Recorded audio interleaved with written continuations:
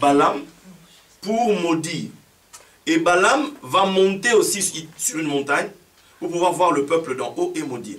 Quelqu'un qui te maudit, pour que ça ait de l'effet sur toi, il faut qu'il te soit supérieur. Quelqu'un comprend? La Bible dit, c'est l'inférieur qui est béni par le supérieur. C'est la même chose pour la malédiction. Quelqu'un qui est ton inférieur, sa malédiction ne peut pas t'atteindre. Amen. Amen. Amen, amen, amen. C'est une bonne nouvelle. Vous avez compris? Oh, je vais te maudire. Déjà, calme-toi. Si tu t'amuses, c'est moi qui vais te maudire. Parce que là où moi je suis assis, toi tu n'y es pas. Donc il faut arrêter de vouloir tromper les gens. Et puis c'est pas parce que quelqu'un porte forcément un habit comme ça qu'il a autorité sur toi. Il y a aussi des gens, là bientôt, tiens, on avait eu Pourim, hein, tout le monde s'est déguisé. Voilà. Il y a des gens pour qui Pourim c'est tous les jours. Ils sont déguisés tous les jours. Ils portent des tenues d'honneur, alors en réalité, ils n'ont aucune autorité. Ils ne sont pas ceux qui veulent montrer aux gens qu'ils sont. Et ils sont là à vouloir faire peur aux gens. Et les personnes crédules, ignorantes, sont là aussi tremblant de peur. Pour quelle raison? Parce qu'on m'a dit, si je m'amuse, on va me maudire. Mais tu ne peux pas me maudire si tu es inférieur à moi.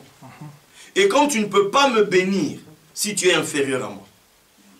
L'inférieur est béni par le supérieur. Amen. Tu veux que je te bénisse? Ça signifie que tu reconnais que je suis ton supérieur. Est-ce que vous comprenez ça?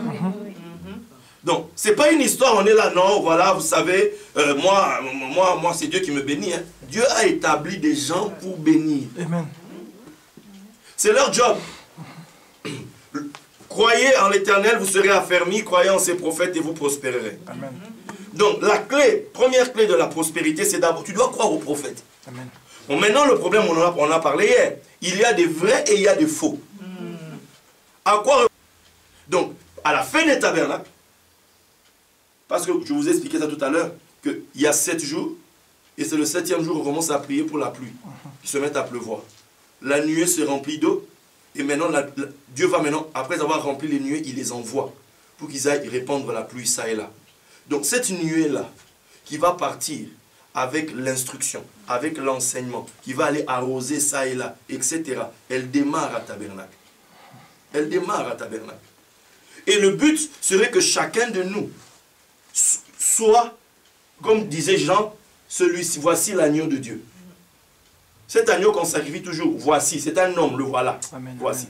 Amen. À Tabernacle, il faut que tu sortes d'ici, qu'on puisse te dire, on dit, voici la nuée de l'Éternel. Amen.